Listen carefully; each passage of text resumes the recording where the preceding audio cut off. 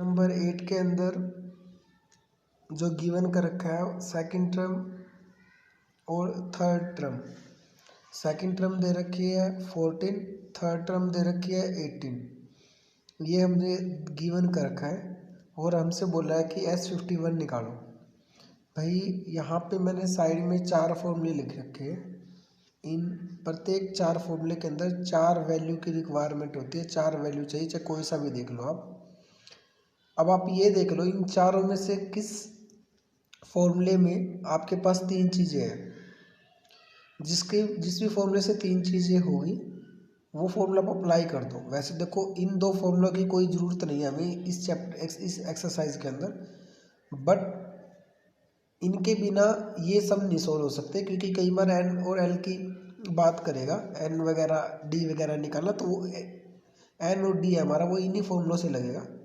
तो कुल मिला के बात ये है कि इन 4 फॉर्मूलों में से जिस भी फॉर्मूले के आपके पास 4 वैल्यू है, जिस भी फॉर्मूले की 4 वैल्यू है, आप उस फॉर्मूले को अप्लाई कर सकते हो यहाँ पे, क्योंकि एक वैल्यू जो रिमेनिंग रहेगी, जो बचेगी, वो अपने आप निकलाएगी फॉर्मूले को सोल्व करने के बाद।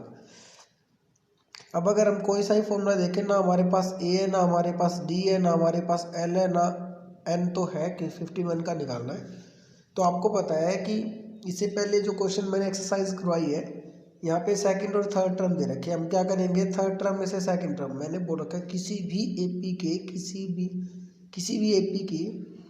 किसी भी टर्म में से कोई भी टर्म माइनस कर दो। याद रहे कि वो दोनों टर्में जिनको आप माइनस करें वो उसी एपी में से होनी चाहिए। तो जो आंसर आएगा माइनस करने के बाद जो वैल्यू आएगी वो डी होता है, जिसको हम कॉमन डिफरेंस बोलते हैं। और वही मैंने यहाँ पे किया। A3 को हम लिखते हैं A+2D, A2 को लिखते हैं हम A+1D, जो कि A3 है वो हमारा 18 है, इधर से 14 आ गया, D हमारा निकल के आ गया 4। अब मैं इस 4 से मेरा D आ गया, एक चीज़ आ गई मेरे पास में। मैं चेक कर लेता हूँ कि कौन सा फॉर्मूला मेरे को सुटेबल रहेगा, सही रहेगा। यहाँ पे L तो हम यहाँ पे निकाल नहीं सकते कैसे भी। यहाँ से मैं इसकी बात करता हूँ, SN नहीं है जी मेरे पास में, N है 51, ठीक है जी। A नहीं है और D भी नहीं है मेरे पास में, ठीक है। N तो है, तो यहाँ से D आ गया हमारे पास। मैं लिख देता हूँ यहाँ से, N हमारे पास आ गया है, D हमारे पास निकल गया है। अब मैं इस D को इसके अंदर पुट कर दूंगा, चाहे A3 में पुट कर दो, चाहे 2 में पुट कर दो, वो आपकी इच्छा है, आप किस में पुट करना चाह रहे हो। मैं इसको सेकंड टर्म में पुट कर रहा हूँ। यहाँ से क्या निकल के आ गया, मेरा A निकल के आ गया। अब A भी आ गया। अब आप खुद देख लो कि 3 चीज़ें आ गई है, तो ये SN है जो अपने आप ही निकल के आ जाएगा। मतलब फॉर्मूले को सोल्व करने के बाद आपका जो आंसर आएगा वो SN आएगा। तो मैं अब फॉर्मूला पुट कर रहा हूँ, बड़े वाला, छोटे वाला नहीं कर सकते। अच्छा क्यों नहीं कर सकते, देख लो। SN नहीं है जी, N है, हाँ जी, A है जी, L नहीं है हमारे पास। तो 2 चीज़ें हमारे पास नहीं है, ना तो SN है और ना L है। इसलिए मैंने इसको नहीं अप्लाई किया, मैं इसको अप्लाई कर रहा हूँ, क्योंकि इसमें मेरे पास 3 चीज़ें हैं, इसमें मेरे पास 2 चीज़ें नहीं हैं और 2 है। तो इसके अंदर फॉर्मूला पुट करा। आपको पता है हमारा 51 है, बाई 2A n-1, 51 - 1 करेंगे 50 हो गया। इधर से 4 मल्टीप्लाई करके सॉल्यूशन करके इधर आ गया 220, दोनों को जोड़ेंगे तो 220 और सॉल्यूशन करके आपका आंसर निकल जाएगा। 51 की जब 110 से मल्टीप्लाई करो आपका सॉल्यूशन आ जाएगा। इस प्रकार से 8th क्वेश्चन को करना था।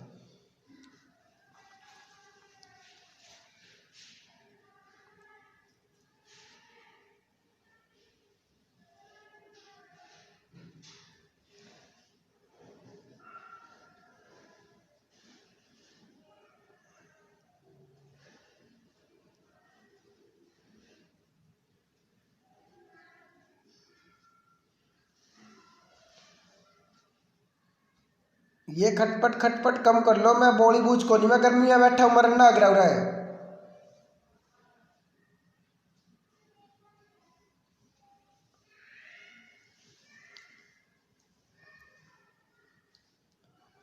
क्वेश्चन नंबर 9 की बात करें, question number 9 very important question है, थोड़ा सा हैवी पड़ता है, कुछ नहीं है उसके अंदर भी। ये कम से कम 3 से 4 बार बोर्ड के अंदर आया हुआ क्वेश्चन है। इसके अंदर क्या चीज़ गिवन कर रखी है हमसे, उसने दे रखा है S7। S का मतलब होता है सम, जोड़।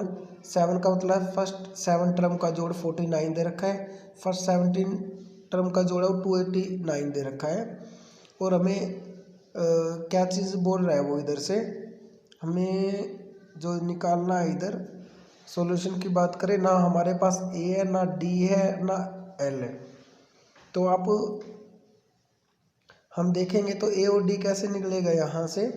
और उसके बाद एक चीज़ और बोल रहा हूँ कि इस एपी के अंदर जिसकी फर्स्ट 7 टर्म का जोड़ 49 है और 17 टर्म का जोड़ है जो 289 दे रखा है, इसमें कौन सी टर्म है कौन सी टर्म का जो जोड़ है वो इधर से 0 आएगा। 0 ही सॉल्यूशन की बात करके शायद इसमें पहले हम थोड़ा ये सोल्व कर लेते हैं क्योंकि इसके क्वेश्चन मेरे पास नहीं है, ध्यान दिया मैंने इधर से। चलो कोई बात नहीं। First term common difference, last term की बात करें यहाँ से हम तो हमें पता ना हमारे पास डी है ना हमारे पास एस एन है। तो अब क्या करेंगे, ना ये फॉर्मूला अप्लाई कर सकते हैं हम ना ये फॉर्मूला अप्लाई कर सकते हैं हम। यहाँ पे क्या करेंगे, जो 17 टर्म सोल्व करने के बाद जो आंसर आएगा हमारा उसको सोल्व करने के बाद है हम, और 7 टर्म को सोल्व करने के बाद है S7 को सोल्व करने के बाद उनको आपस में माइनस करवा दें, यहाँ से हमारा D निकल के आएगा। तो S7 को क्या लिखते हैं n/2 2a n-1 into D और इक्वल में मैंने लगा दिया 49। और इधर से बात करें S17 को भी इसी प्रकार से लिखा है। अब आपको पता है 7/2 इधर से, और जो 7/2 था वो आपको पता है मल्टीप्लाई में है 7 और बाय में है 2। जब हम इसको इक्वल से दूसरी साइड लेके जाएंगे तो ये 49 जो है वो कैंसिल हो जाएगा, यहाँ से आ जाएगा 14। तो 2a + 6d इक्वल है 14। ये इक्वेशन हमारी फर्स्ट हो गई है। ऐसे सेकंड इक्वेशन की बात करें यहाँ से तो 17/2 2a और 17 - 1 करेंगे तो 16 आ गया, d आ गया, 16d आ गया, जैसे 289। यहाँ से हम क्या करेंगे, जो 17 मल्टीप्लाई में 2 बाय में है इसको मैं इक्वल से दूसरी साइड ले जाऊँगा। तो जब मैं 289 बाय में 17 और मल्टीप्लाई में 2 करूँगा तो ये कट के 17 आ जाएगा और इधर से आ जाएगा मल्टीप्लाई में 2 तो कट के कितना आ गया 14 आ गया। ये मेरा हो गया सेकंड इक्वेशन। अब मैं इस सेकंड इक्वेशन में से फर्स्ट इक्वेशन को माइनस कर दो तो मेरा डी निकल के आ जाए। ये मैंने कर रखा है इधर से, फर्स्ट इक्वेशन सेकंड इक्वेशन में से फर्स्ट कर रखी है।